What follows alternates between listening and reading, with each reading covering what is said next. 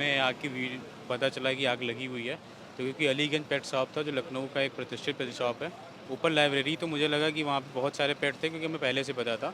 उनके जलने की समस्या हुई होगी, तो इसलिए पूरी जीवाश्रय टीम और पूरे एनिमल लवर्स जो लखनऊ के हैं यहाँ पे आए, और हम लोगों ने तकरीबन 10 कैट्स रेस्क्यू करी है, जो हमने एक उनको सेफ हाउस में रखा हुआ है। प्रॉपर उसको मेडिकल चेकअप के लिए अभी डॉक्टर उसको देख रहे हैं। और आग कैसे लगी है, क्या है, इसके बारे में हम कुछ बता नहीं पाएँगे। अच्छा, तो ह्यूमन कैजुअलिटीज़ भी हुई हैं कुछ, उसके बारे में जानकारी? ह्यूमन कैजुअलिटी के बारे में जो हमने देखा है कि एम्बुलेंस आई हैं, लेके गई हैं, जो हमने न्यूज़ में देखा है वही बता पाएँगे। आप थे अदरवाइज़ यहाँ पर जिस वक़्त ये सब पूरी घटना नहीं, हुई? उस टाइम पे नहीं था मैं। अच्छा, तो आप कब आए यहाँ? मैं आग लगने के तकरीबन 1 घंटे के अंदर। अच्छा, तब क्या स्थिति देखी आपने यहाँ? तब जो हमारे प्रशासन का एनडीआरएफ और फायर ब्रिगेड आके आग को पूरा कंट्रोल करने की कोशिश लगे हुए थे, पूरा प्रशासन लगा हुआ था। और जो जिनको रेस्क्यू कर पा रहे थे उनको लेके एम्बुलेंस से हम मेडिकल कॉलेज भेज रहे थे।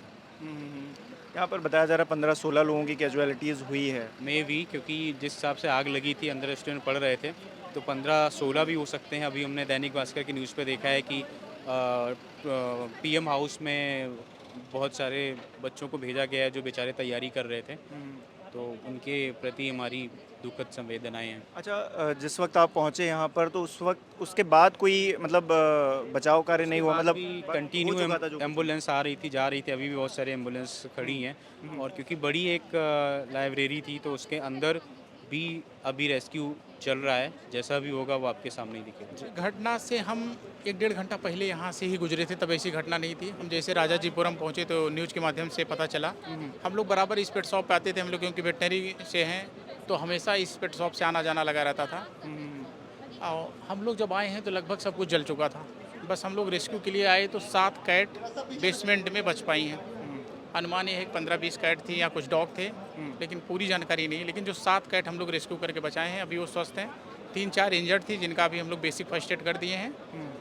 बाकी शायद ब्रजेश पाठक की वाइफ नम्रता पाठक उनको अरेंज कर रही हैं कहीं रखवाने के लिए। हुँ। अच्छा, यहाँ पर क्योंकि अब पूरा रेस्क्यू चल रहा है, कोई लापरवाही तो नहीं देख रहे हैं आप? अब लोग जैसा बताते हैं कि फायर ब्रिगेड की थोड़ी लापरवाही रहेगी, क्योंकि 1 घंटे बाद आई। शायद अगर फायर ब्रिगेड कपूरथला की नियर अबाउट थी, ज़्यादा से ज़्यादा 200 मीटर 300 मीटर पे थी, उसके बाद भी 1 घंटे में आई। तो निश्चित तौर पर कहीं न कहीं फायर ब्रिगेड की ये बहुत बड़ी लापरवाही कही जाएगी। इतनी बड़ी घटना ना होती अगर वो समय से पहुंच जाती। कपूरथला की दूरी इस पेट शॉप से बहुत दूरी नहीं थी। तो कहीं न कहीं फायर ब्रिगेड आने के बाद तो अच्छा काम अब तो कर ही रहे हैं, लेकिन उसके मतलब क्या है। और कम से कम हम लोग जब से आए हैं कुछ नहीं तो 20, जो अनुमान अभी मीडिया के माध्यम से तो 15 ही बताया जा रहा है, लेकिन कम से कम 20 डेड बॉडी तो हम लोग अपने आँखों से देखे हैं। अच्छा, 20 डेड बॉडी आपने 20 तो निश्चित तौर पर एकदम, कम से कम 22 एम्बुलेंस गई हैं, तो आप अंदाज़ा लगा सकते हैं अगर एक-एक काउंट करेंगे तो 22 होती हैं। उसके बाद भी अभी एकदम साइलेंट है, क्योंकि जो अनुमान लगाया जा रहा है कि अभी डेड बॉडी और ऊपर हैं। लोग घबराएं ना, पब्लिक में बहुत भयानक ऐसी स्थिति ना हो, इसलिए अभी देखिए रेस्क्यू को भी थोड़ा रोक दिए हैं। उनको भी पता है कि बॉडी सब डेड हैं, कोई जिंदा तो है नहीं, तो इसलिए पब्लिक में कोई बहुत ज़्यादा इधर उधर ना हो, रेस्क्यू को थोड़ा रोका गया है।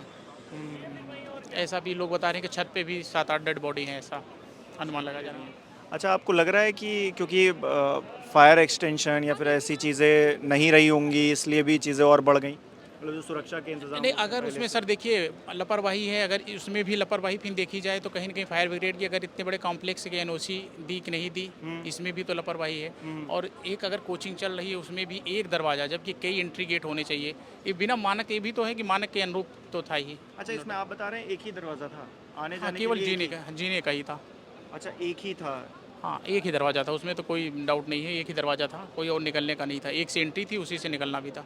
अच्छा, तो ये तो बहुत बड़ी बात बता रहे हैं आप। हाँ, ये तो बहुत बड़ी बात है। उसमें बच्चे जो वही जंप कर पाए, वो भी शीशे से बंद था। जो 7-8 बच्चे जंप किए हैं, वो जो शीशा खुला था, टूटा था, उसी से जंप किए हैं। बाकी बच्चे तो फिर कहाँ निकल पाए। यानी कि ये प्रशासनिक लापरवाही भी है बहुत बड़ी। बिल्कुल है, प्रशासनिक लापरवाही है। अगर इस तरीके से घटनाएँ घट रही, फिर भी प्रशासन कहीं-कहीं सजग नहीं हो रहा है।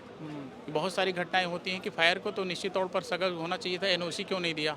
या अगर कोई ऐसी कोचिंग, कई घटनाएँ भी दिल्ली में हुई, उसके बाद भी अगर प्रशासन नहीं सशक्त हो रहा है तो बहुत दुर्भाग्यपूर्ण है।